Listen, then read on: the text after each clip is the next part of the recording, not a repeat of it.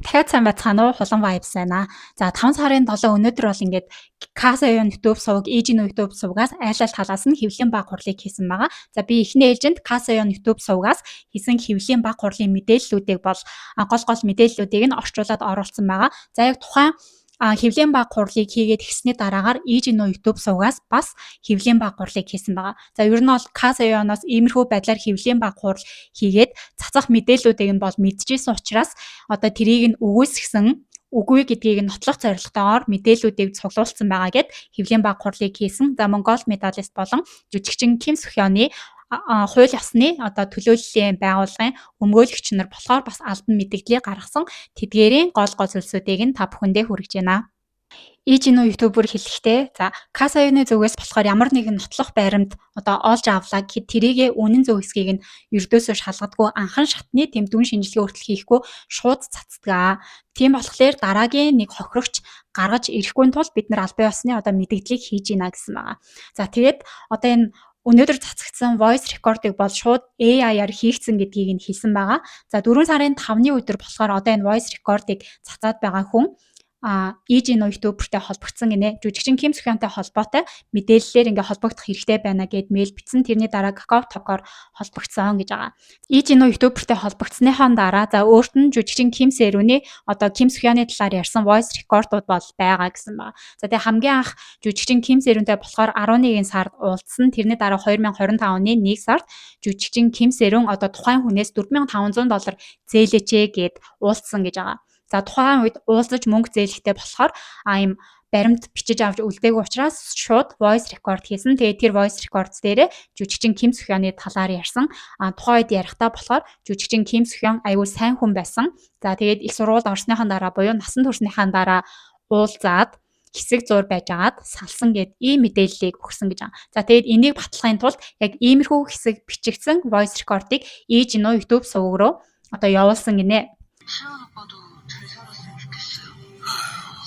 За тэгээд мэдээж Age-ийн YouTube-ээр энэ voice record-д шууд итгэж чадахгүйгээр шинжилгээнд хүрсэн байгаа. За тэрнээс өмнө болохоор өөрөө сонсож үзээд үнэхээр Ким Сэрүүний хоолойтой бол маш адилхан байсан. Тэгээ Ким Сэрүүний ойр дотны хүмүүс бас сонсуулахад жүжигчин Ким Сэрүүнийг байна гэж бүр эргэлзэх хүртэл эхний ээлжинд аюу адилхан сонсогдсон гэсэн. За тэгээд нөгөө AI-аар яг энэ voice record нь жинхэнэ байна уу гэдгийг нотлохын тулд шинжилгээнд өгөхөд одоо шинжилгээнийх нь газраас AI-аар хийгдсэн байна гэсэн байгаа. За тэгээд AI-аар хийгдсэн байна гэж дүгнэх болсон шалтгаанууд нь гэх юм бол нэгдүгээр энэ хит удаа илгээсэн voice record-ууд нь 4 сарын 15, 4 сарын 16 болон 5 сарын 2-ны өдрүүдэд хийгдсэн бичлэг гэдэг нь гарч ирсэн гэж байгаа.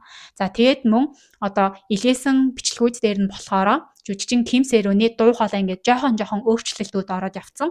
За тэгээд энэ эрэгтэйгийнх нь ярьж байгаа хэсэг дээр ч гэдэг юм уу тухайн одоо background дээр нь дуу чимээ ингээд нэмээд давхарлаад хийчихсэн байсан гэж байгаа. 죄송해요. 왜 이렇게 늦었어? 아니 여기 유저지로 들어오는 터널 있잖아요. 아이고 왜 이렇게 잠시만요. 그렇게 하면 그 인간들은 조회수요. 진짜 저 죽고 싶은데요. 이게 어설퍼 보이지만 그래서 모든 책임 미안해 못하게 이렇게 에이구 그래 그냥 막 진로되는 또라이들이 많죠. 놀랬어 씨. 뭐 내 사정은 모르면서 매니저 에이구 Тэгээ иймэрхүү байдлаар шууд хурамч гэдгийг нь мэдчихэд дахиж холбогдоогүй гинэ.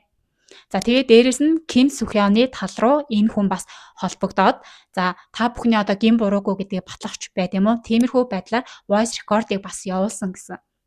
Тэгээд Ким Сохёны талаас бас энэ болохоор AI-аар хийгдсэн хуурамч байж болзошгүй гэд ерөөсө хариу өгөөгүй тэр чигт нь орхичихсан байгаа гэд. За тэгээд энэ хүнийг болохоор одоо Age-ийн YouTube суваг судалж үзээд Америктаа ч гэсэн ер нь voice phishing ашиглаж хүмүүсийг аягүй их хулигдаж явдаг ловерчин гэсэн байгаа.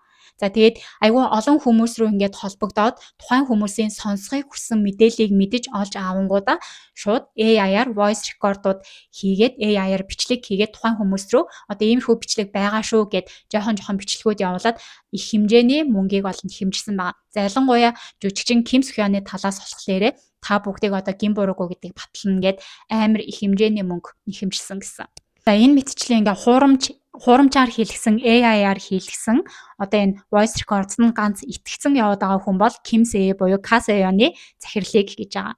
Тийм болохоор энэ Kaseyeon YouTube суваг хэр их хэмжээгээр одоо хуурамч мэдээллийг шууд цацдгийг бол харж болохоор байна гэдэг мэдээллийг өгсөн. За тэгээд дээрэс нь Ижинөө одоо энэ voice record-ыг одоо хуурамчаар хийсэн хүнтэй 2-3 удаа хуцаар ярихад ярих болгонд дандаа худлаа юм яриад яриа нь өөрчлөгдөд сүүлдээ өөрийнхөө ярьсан яриандаа хүртэл ингээд жоохон ороогдоод явсан гэсэн. Нэмээд Ижинөө ютубер болохоор за тухайн хүний одоо хуурамч тэр AI-аар хэлсэн voice record-ыг намайг 1 тэрбум won өгөөд одоо сольж худлаж авъя гэсэн байгаа. Тэгээ тэр 1 тэрбум гэдэг яаж явж байгаад ийм яриа гарсныг бол мэдэхгүй байна. Би тухайн хүнтэй 4 удаа уцаар ярьсан. За 4 удаагийн уцаар ярьсан voice record-ууд бол бүгд байгаа.